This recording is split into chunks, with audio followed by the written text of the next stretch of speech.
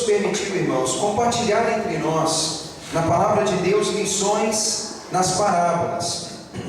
Desde que nós fizemos nosso acampamento com os jovens, onde o tema girava em torno das parábolas, eu tenho tentado trazer sempre algum alerta, alguma advertência a respeito desse assunto que é importante. Mas alguém diz assim: poxa, pastor, parábolas, elas são histórias, não tem nada ali, é apenas um entretenimento, alguns acham. Na verdade, todas as parábolas carregam significado e todas elas têm um ensino por trás daquela história que é um tanto comum. Nessa noite, eu quero pela quinta semana seguida mostrar para vocês algumas lições dentro de uma parábola das Escrituras. E nessa noite vou convidá-los para entender na presença de Deus que é necessário estar preparado para certos eventos que vêm, persistindo de maneira correta e saudável, já que o fim não revela apenas coisas boas. Eu creio, irmãos, que existe hoje um misto de ignorância e um misto, na verdade, de engano. À medida em que alguns ignoram os eventos que vão acontecer, existem outros se esforçando deliberadamente para enganar as outras pessoas, criando uma ideia de que tudo vai dar certo, de que tudo vai ser muito bom, de que o futuro reserva grandes coisas. O mundo não evolui para melhor, as coisas não progridem tanto assim. E se nós, como cristãos, esperamos que Deus, no controle do nosso futuro, nos trará bênçãos e vitórias, nós precisamos estar preparados, irmãos, porque o decurso do mundo trará certamente certas lutas para as quais a gente precisa estar preparado. Não é um sermão de tristeza, não será um sermão de desânimo. Eu não quero jogar água fria na sua alegria, não quero de maneira nenhuma criar um espírito de nossa, o futuro reserva coisas ruins, muito pelo contrário. Eu quero com essa pregação mostrar para vocês um alerta para se estar preparado. Quem de nós, irmãos, não precisa estar preparado?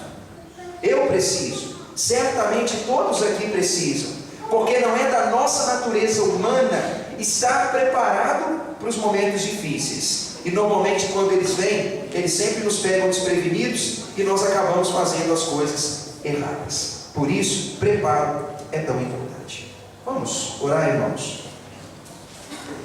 Querido Deus, diante da palavra, nossa vida é exposta diante de Ti.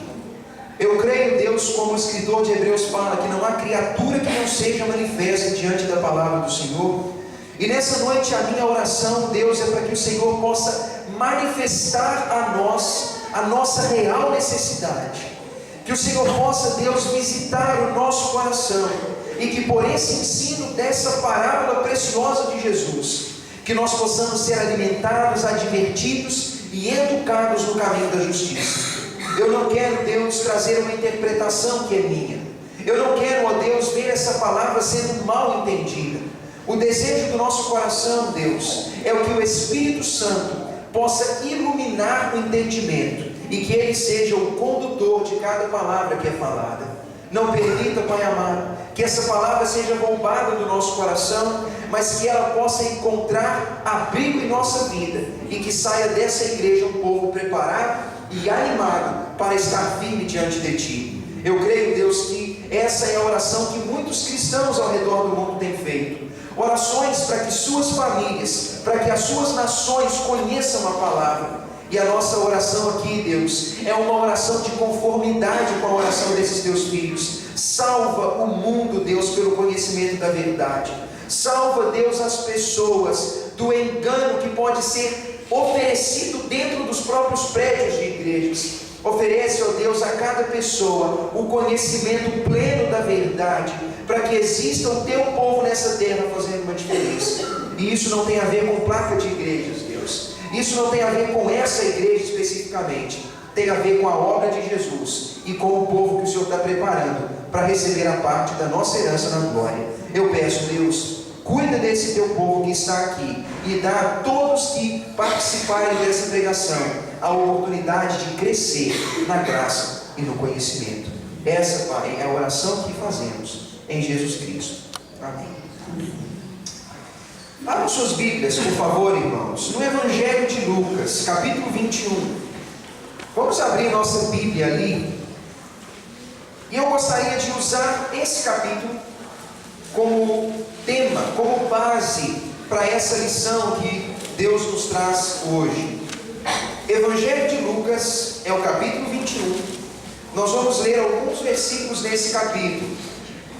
Evangelho de Lucas, no capítulo 21.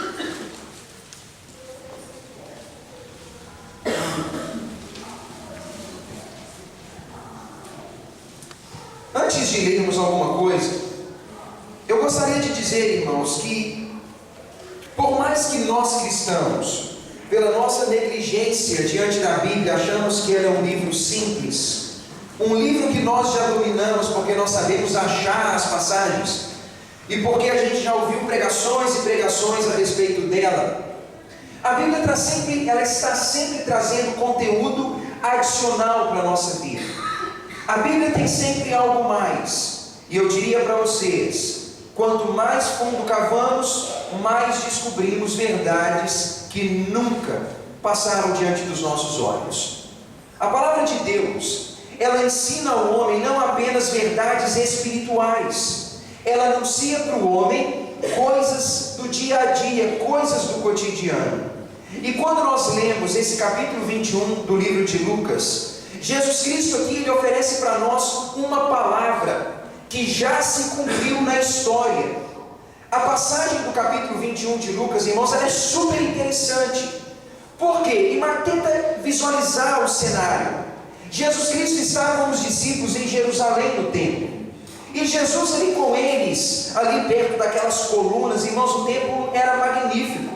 Ele tinha ouro, ele tinha riquezas, ele tinha colunas maravilhosas. O templo era lindo. E Jesus normalmente ia ao templo para ensinar as pessoas. Ele não ensinava de um púlpito ou de uma tribuna, obviamente, mas Jesus ali, nas áreas públicas do templo, pessoas se reuniam em torno dele e ele as ensinava. Mas nesse episódio que Lucas narra, Jesus e os discípulos estavam vendo os homens colocarem as suas ofertas no gasofilácio.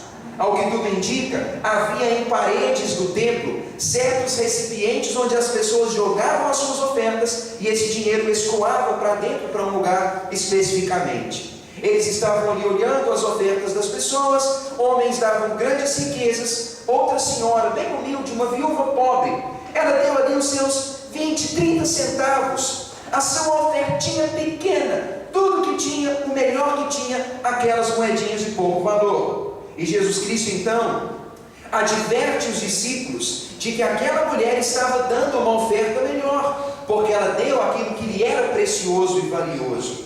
E logo que termina essa cena, os discípulos querem mostrar para Jesus Cristo as grandezas do templo. E eles olham e falam: Senhor, olha o templo, olha como o templo é maravilhoso, olha as paredes, olha as colunas, veja a glória do templo. Os discípulos pareciam que não entendiam que Jesus conhecia o templo. Parecia até que Jesus era um visitante no templo de Jerusalém e os discípulos estavam apontando tudo: ó, Jesus, olha lá, olha aqui, Jesus, olha aquilo. E Jesus faz uma afirmação severa no versículo 5 e 6. Jesus Cristo disse: eu vos afirmo, chegará um momento em que não ficará pedra sobre pedra que não venha a ser derrubada. Todo mundo ficou chocado, pensando: que é isso? O templo é a glória do judeu. O templo era um lugar mais nobre, mais celebrado dentre eles, e Jesus Cristo fala que o templo seria derrubado. Depois daquilo, os discípulos interrogam Jesus mais de perto e dizem: Senhor Jesus, fala para nós, quando isso vai acontecer? E Jesus começa então uma série de explicações a respeito de eventos futuros. Jesus estava dizendo para os judeus que eles enfrentariam dentro de pouco tempo grandes lutas e sofrimentos. Jesus anunciou para eles um período de grande tribulação. Jesus anunciou para eles um período de grande dor, miséria, ruína e morte. Jesus Cristo disse para eles que o templo deles seria destruído, e que não apenas o templo, mas a cidade, a região, e talvez numa tentativa de destruir a própria religião deles. E Jesus Cristo, no final desse sermão, ele diz: logo depois desses eventos, chegará um momento em que eu, Jesus, voltarei a essa terra, eu resgatarei todos vocês, por isso se preparem. Talvez, quando as pessoas ouviram aquela palavra de Jesus, elas não acreditaram. Jesus Cristo morreu por volta do ano 33, por volta do ano 37. Jesus Cristo morreu, ressuscitou, foi para a glória do Pai. Os discípulos viveram suas vidas normalmente, pregaram o Evangelho, fizeram o trabalho, tudo funcionou bem até que chegou o ano 66. Aproximadamente 30 anos depois da morte de Jesus, os judeus entraram em guerra com o Império Romano. Nós chamamos isso de a primeira grande rebelião e guerra judaica.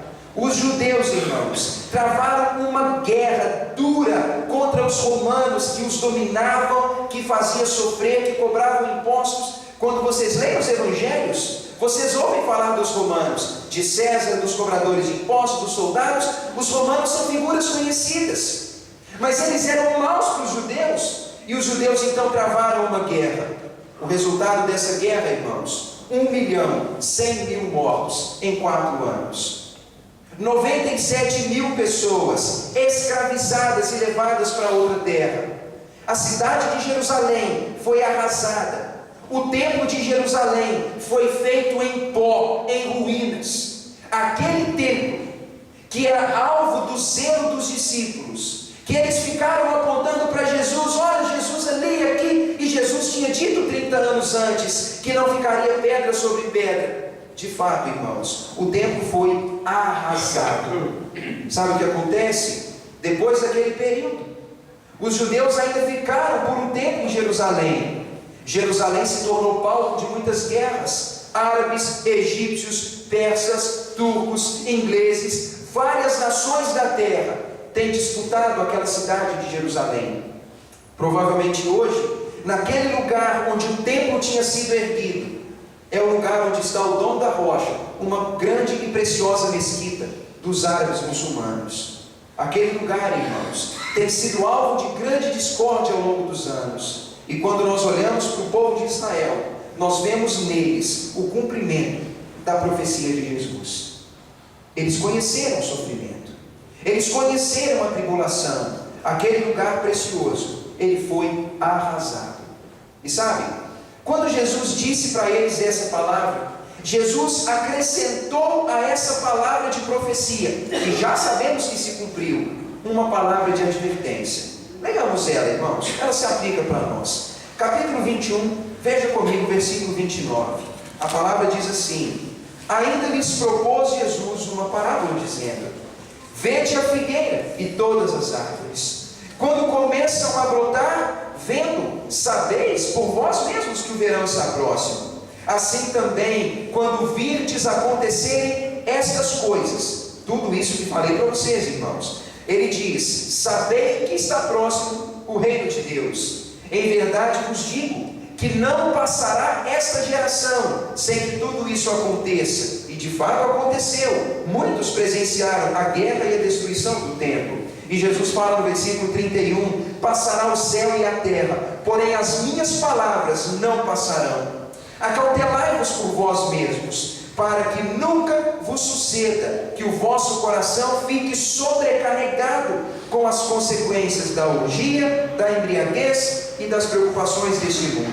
E para que aquele dia não venha sobre vós repentinamente como um laço, pois há de sobrevir a todos os que vivem sobre a face da terra. Vigiai, pois, a todo o tempo, orando para que possais escapar de todas estas coisas que têm de suceder e ainda estar em pé na presença do Filho do Homem.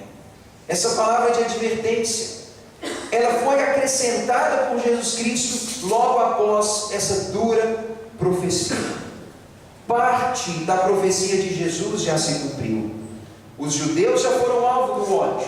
A cidade deles foi destruída. O templo foi destruído. Mas nem toda a profecia ainda se cumpriu, porque Jesus ainda não voltou. E sabe, irmãos, a advertência de Jesus para os judeus é a mesma advertência para nós nesse momento. Se nós estamos aguardando algo para o futuro, a grande pergunta, irmãos, sempre fica clara: Como nós estamos nos preparando para isso que vem pela frente? A igreja de Deus, irmãos, está dormindo. A igreja de Deus está dispersa. A igreja de Deus está desorientada.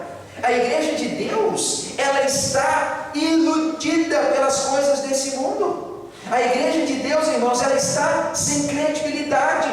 O povo de Deus parece não estar preparado para aquilo que vem. E, pasmem, existem pessoas em igrejas que duvidam dessas profecias.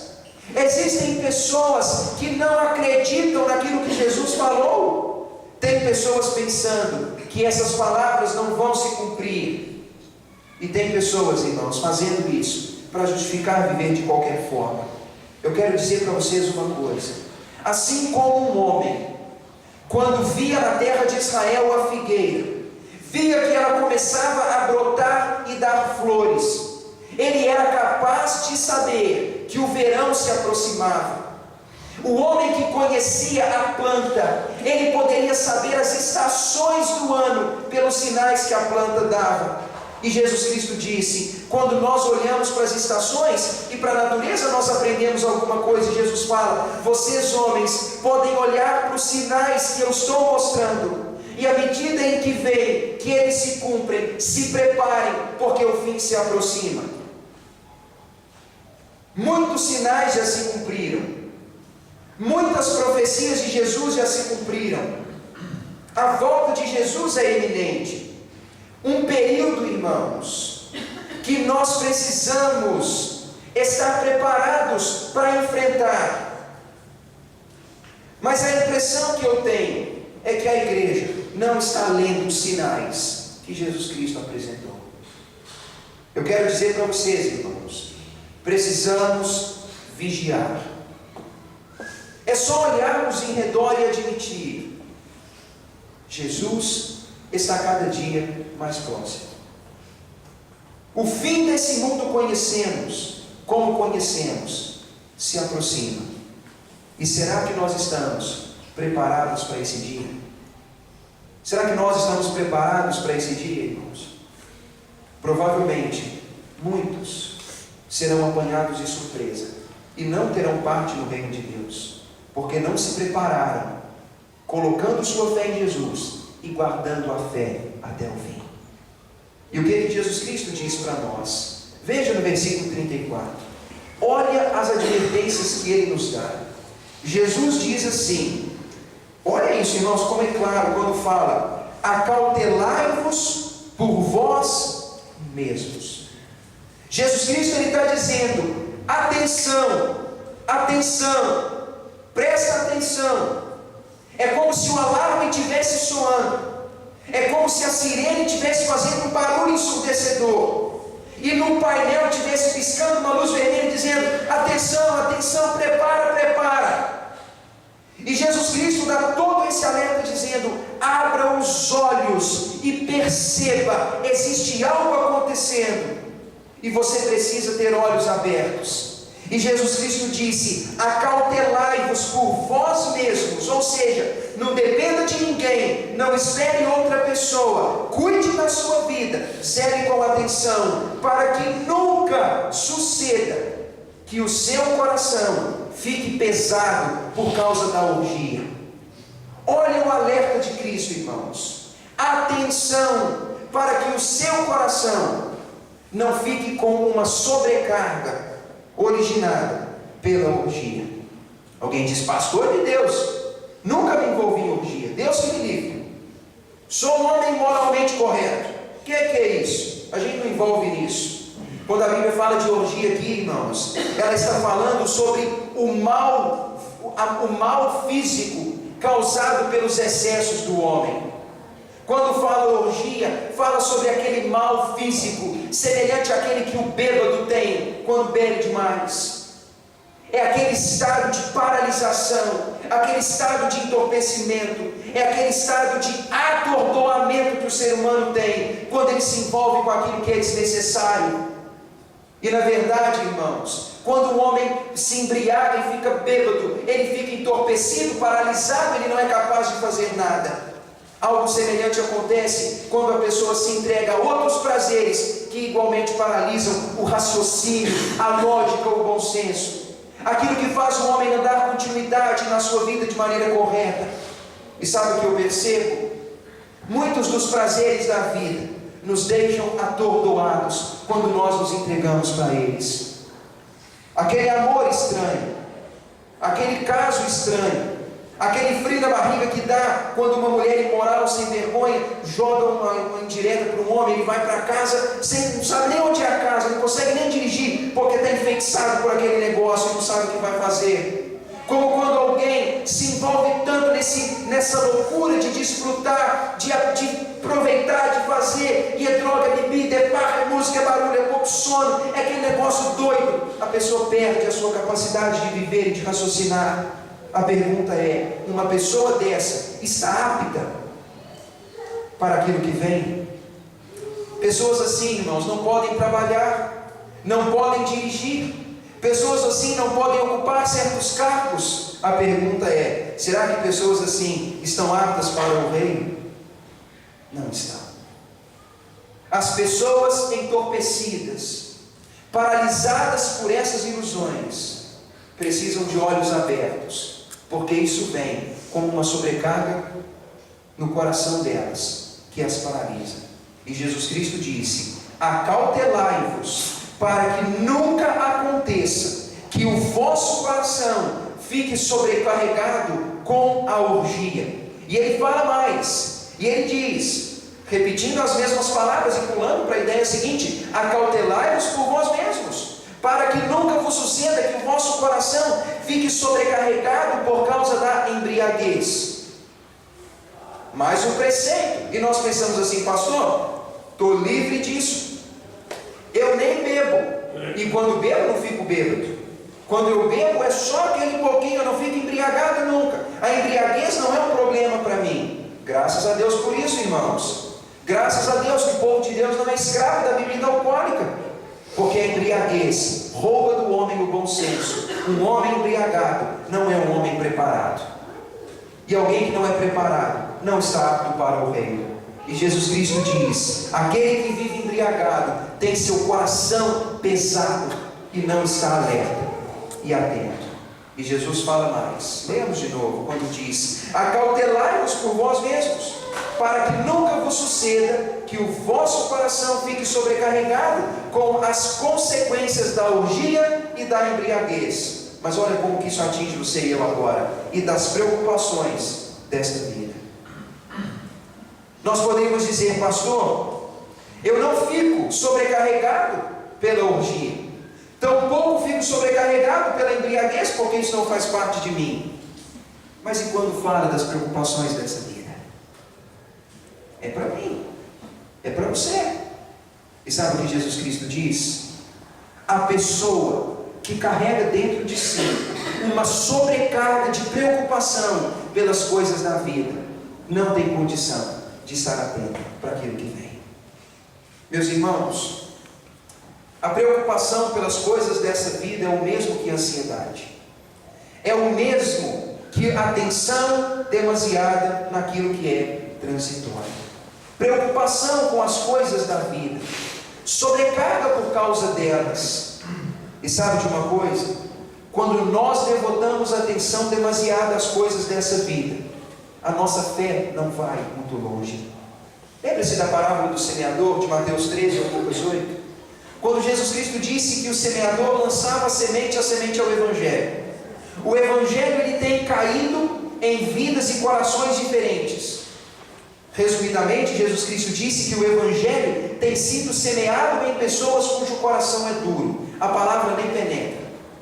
Jesus Cristo disse que o Evangelho tem sido semeado em corações que é como um solo rochoso.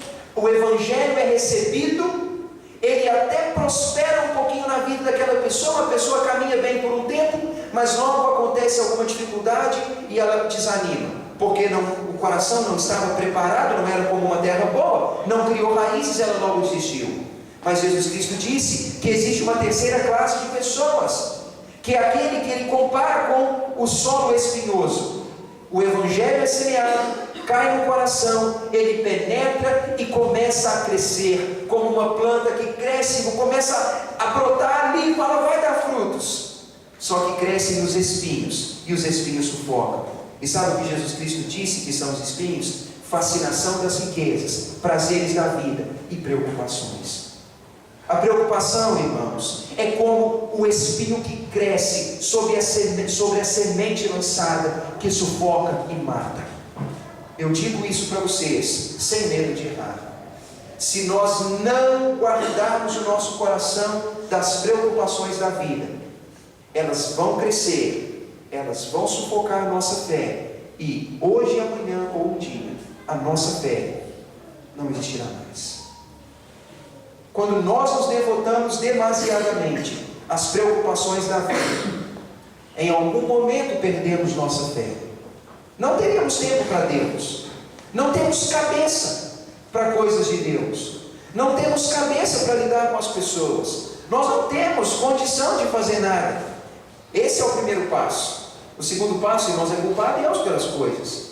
O segundo passo é culpar, outro passo é culpar pessoas por aquilo. E chega um determinado momento que nós perdemos o controle. Jesus Cristo disse, cuidado, para que a preocupação com as coisas da vida não sobrecarregue seu coração, porque quando isso acontece, nós perdemos, irmãos, a capacidade de esperar, preparados aquilo que vem. Isso é de coração, irmãos. Muitas das coisas que nos trazem preocupação são desnecessárias. Quase tudo é desnecessário. Para pensar. As preocupações normalmente elas giram em torno de coisas que não são tão importantes. Tem a ver com o carro que quebra, com dinheiro, com coisa da casa, às vezes é com medo da insegurança, coisas desse tipo, coisas que não somos capazes de mudar. Eu tenho muito medo, irmãos, tenho muito medo, porque nós vivemos numa sociedade hoje que se diz uma sociedade ocupada. Discordo. Nós não vivemos numa sociedade ocupada. O povo fala, pastor, eu não posso fazer, sou muito ocupado. É mentira. É mentira. Pessoas ocupadas conseguem lugar para tudo que é importante. Nossa sociedade é preocupada. E pessoa preocupada não tem cabeça para fazer as coisas. Pessoa preocupada não é capaz de fazer tudo que é necessário. Mas pessoas ocupadas são, porque elas têm a cabeça no lugar. A sociedade hoje, irmãos, ela é mais preocupada do que ocupada.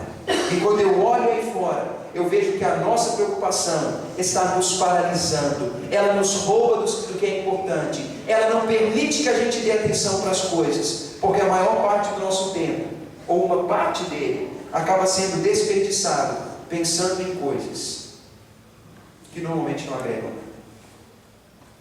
Nessa noite, irmãos, é um apelo sincero. Existe algo vindo pela frente. Dias de tribulação, bênçãos pela vinda de Jesus. Mas nós precisamos estar preparados. Precisamos estar atentos, alertas. A sirene está tocando dizendo, atenção, atenção. Não deixa o entorpecimento te sobrecarregar. Não deixe a embriaguez te sobrecarregar, e não deixe as preocupações te sobrecarregar. Eu apelo a vocês nessa noite, irmãos, não deem lugar para essas coisas. Venha sobre vós de maneira repentina, como uma armadilha. Quando nós não estamos alertas e preparados, nós nos tornamos como alguém que distraidamente caminha para uma armadilha. O pé cai no laço. Caímos, irmãos, na cova que é aberta para nós. Somos presos por armadilhas. E nós não estaríamos atentos para o retorno de Jesus. E sabe de uma coisa? Nós precisamos estar preparados para o dia que Jesus Cristo voltar. E eu digo para vocês o mesmo que Cristo disse: vigiai, pois, a todo tempo. É o que diz o versículo 36. Vigiai, pois, a todo o tempo, orando para que sejam capazes de escapar e suportar todas essas coisas que acontecerão, de maneira que sejam capazes de estar em pé na presença de Cristo. Vigiem, irmãos. Não no domingo, na hora do culto. Não na hora do devocional em casa. Não na hora que liga o rádio para ouvir a pregação lá do canal abençoado aqui de Ouro Branco. Não na hora que vem uma pregação na internet ou na televisão. Não faz isso só nessas horas. Jesus Cristo diz: vigiem o tempo todo. Vigiem o tempo todo. E orem o tempo todo. Quando fala orar o tempo todo, irmãos, diz: viva em uma atitude de oração, como alguém que está sempre preparado, para que quando Jesus voltar, nós estejamos de pé, preparados e firmes, como um soldado que aguarda o retorno do seu comandante. E quando Jesus voltar, a gente diz: Senhor, eu estou aqui esperando, preparado. Eu te aguardei, eu vigiei, eu orei. Pela graça de Deus, eu estou aqui firme, aguardando o retorno do Senhor. Será que nós seremos encontrados de pé quando o nosso Senhor voltar? Será, irmãos, que essa será a cena que nós presenciaremos, todos firmes, preparados? Alguém diz: pastor, mas e se demorar e eu morrer? Morra preparado. Vá para a sepultura preparado. Porque o homem que vive preparado, ele vai encontrar com o Senhor vivo pelo arrebatamento. Ou ele vai encontrar com Jesus quando ele ressuscitar os que são seus. O homem deve viver, morrer preparado, porque esse dia vem. Não permitamos, irmãos, que o entorpecimento, a embriaguez ou as preocupações roubem de nós essa atitude de preparo que é tão importante. Isso é o que Deus diz para nós esta noite. E Deus sabe que nós precisamos disso. Não sou eu, irmãos, tenho certeza disso. Não sou eu tentando falar alguma coisa assim: o pastor foi lá, escolhe uma passagem da Bíblia para falar comigo. É e não é isso. Em primeira análise, irmãos, Deus está sempre orientando o que dizer, o que compartilhar. E sempre que está durante a semana, naqueles estudos, pensando, ou quando projeta alguma coisa para compartilhar com a igreja, acredite, é Deus soprando na mente: é isso que você vai falar. E sempre que a gente fala alguma coisa que Deus disse para falar, é porque Deus sabe que nós precisamos. Preocupação é o grande problema nosso. Quem não vive preocupado, irmãos? A gente tem muitos motivos para isso. Um pouco de preocupação é importante. Muito não. Muito não. Porque muito sobrecarrega. E tudo aquilo que sobrecarrega faz mal. E faz mal não só para a nossa relação com as pessoas, mas atrapalha, irmãos, a nossa relação com Deus. Acreditem no que disse: não somos tão ocupados quanto preocupados. E preocupação tem solução. A Bíblia diz: humilhai-vos debaixo da poderosa mão de Deus. No tempo oportuno, Ele exaltará todos vocês. Lança sobre Ele a sua ansiedade, porque Ele já está cuidando de nós. É isso que a Bíblia diz em 1 Pedro, capítulo 5. Vamos orar, irmãos?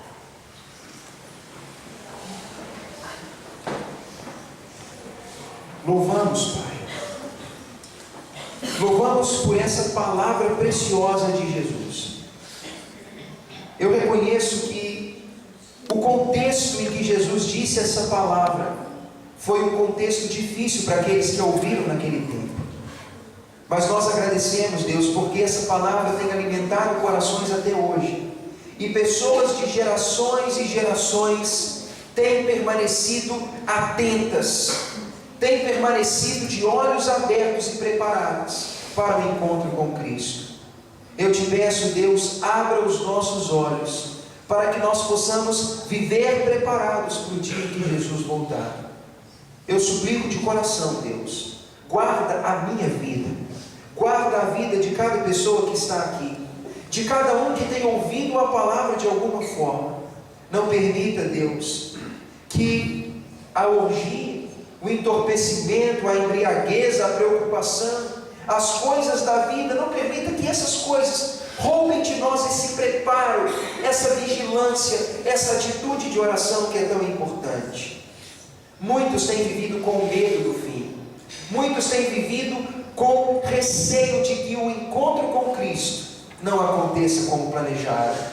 Ah, Deus, purifica a nossa vida, guarda nosso coração e dá-nos a graça de estarmos de pé no dia que Jesus voltar. E se Ele não voltar enquanto estivermos vivos, dá-nos a glória de irmos firmes para a sepultura. Porque a Tua palavra disse que um dia Jesus ressuscitará dos mortos aqueles que lhe pertencem. E nós queremos, Deus, morrer vivos, morrer preparados e estar sempre preparados para aquilo que vem. É o que nós te pedimos, em nome de Jesus. Amém. Eu gostaria, irmãos, de deixar esse alerta de coração. Se preparem, fiquem firmes e não permitamos, irmãos, que coisas triviais e secundárias roubem de nós aquilo que é importante. Bem, nós vamos dar continuidade a esse culto. Eu gostaria, irmãos, de conduzi-los ao entendimento correto do que é a Santa Ceia. Nesse momento, nós, como sempre fazemos, voltamos o nosso olhar para Jesus. A Santa Ceia não é um ritual qualquer. Quando nós comemos aquele pedaço de pão e bebemos aquele pouco de suco, nós não estamos fazendo, irmãos, uma coisa banal, como é quando a gente se alimenta ou come outro lanche em casa. Não é assim que é. É nobre aquilo que comemos e bebemos em casa, mas a ceia do Senhor é mais do que isso. É mais do que ingerir um pão acompanhado de suco. Nós entendemos pelas palavras de Cristo que quando nós comemos o pão e bebemos do cálice, nós estamos nos lembrando, em uma atitude de honra e reverência, o sacrifício de Cristo na cruz do Calvário. Quando Cristo ceou com seus discípulos na última vez, pouco tempo antes da sua morte, Jesus Cristo, enquanto partilhava com eles o pão, Jesus Cristo disse: esse pão que vocês comem, ele é o meu corpo. Imaginem que ele é meu corpo dado por vocês. E esse sangue que bebe, esse suco que bebe, esse vinho que bebe, pense que ele é o meu sangue derramado por vocês. Façam isso em memória de mim. Eu creio que nessa noite, irmãos, podemos encher a nossa vida de alegria e até mesmo de certo poder espiritual, partilhando esse momento precioso.